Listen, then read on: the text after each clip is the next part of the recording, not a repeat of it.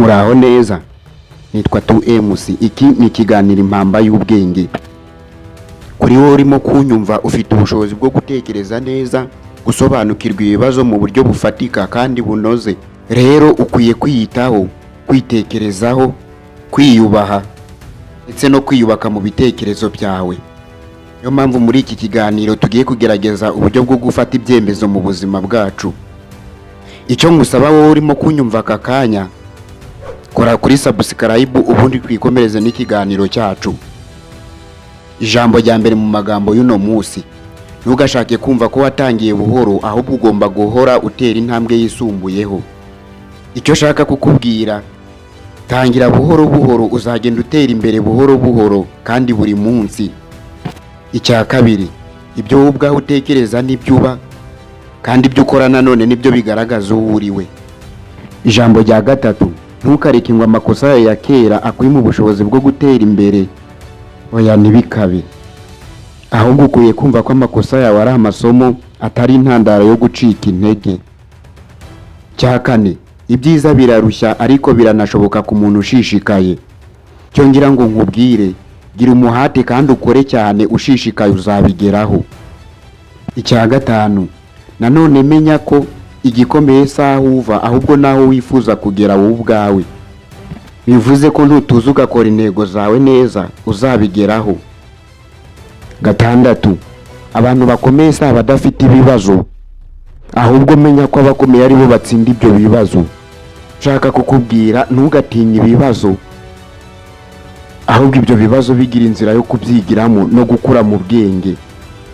Kuko nta muntu n'umwe utagira ibibazo, ahubwo ababasha kubyakira no kubisohokamo nibo bakeya. Rero nakubwira yuko ugomba guhagarara bwuma, ukumva yuko ibyo bibazo umunsi umwe n'ubundi bizashira. Icyo nakongeraho, ugomba gukora cyane kugira ngo ubone ibisubizo by'ibyo bibazo. Icya karindwi, umunsi umwe uzishimira intambwe ntoya wateye uyu munsi. Shaka kukubwira yuko nutangira ku gishoro gitoya ufite uyu munsi, umunsi umwe uzishimira aho umaze kugera bitewe n'intambwe wigeze gutera. Kuri wowe urimo kunyumva, ufite ubushobozi bwo gutangira kuri bike byawe, ku bitekerezo byawe ufite, ubundi ukazareba ko udatera imbere. Ijambo rya munani: menya ko igishoro gikomeye ufite uyu munsi ari ubumenyi ufite.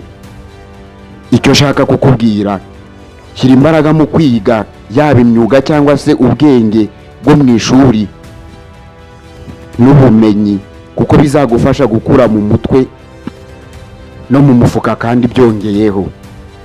Ijambo rya kenda mu magambo y'uno munsi: menya ko guhinduka atari ikintu wakora rimwe, ahubwo guhinduka ni uguhozaho, ukabikora igihe cyose. Rero ugomba guhinduka, ukava muri za ngeso mbi zatuma udatera imbere, kuko nzi neza yuko wiyemeje guhinduka, ibikorwa byawe nabyo birahinduka, ubundi ugatera imbere ku buryo bufatika kandi bwihuse. Ijambo rya 10: ubuzima bwawe bushobora guhinduka kurusha uko wowe ubitekereza. Urabona nyine, nukora ibyiza ugatekereza byiza, bizagufasha kugera kure.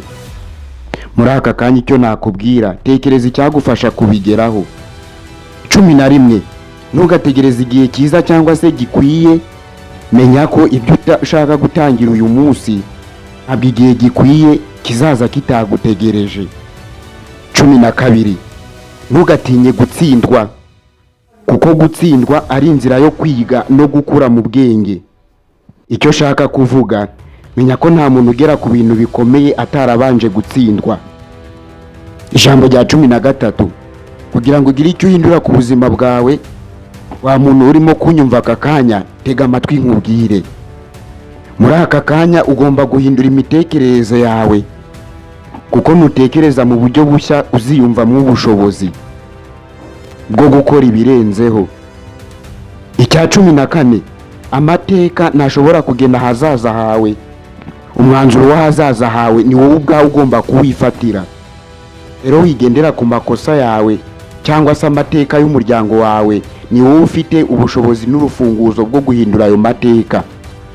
Ijambo rya 15 ari naryo jambo dushorejeho uyu munsi: nimba wifuza impinduka no kugera kure, kora ibitandukanye n'ibyo wakoraga. Bivuze ko ugomba guhindura icyerekezo ugakora ibitandukanye n'ibyo wakoraga. Ndabashimiye mwe tumaze kubana muri iki kiganiro. Iki kiganiro ni impamba y'ubwenge mukigezwaho nanjye 2MC. Ndabashimiye. Ikindi kandi mwibutsa, niba waryohewe n'iki kiganiro, kora kuri subscribe kugira ngo n'icyo ubutaha kizakugerereho igihe. Niba hari ikibazo cyangwa se igitekerezo ushaka kutugezaho, watwandikira muri komenti.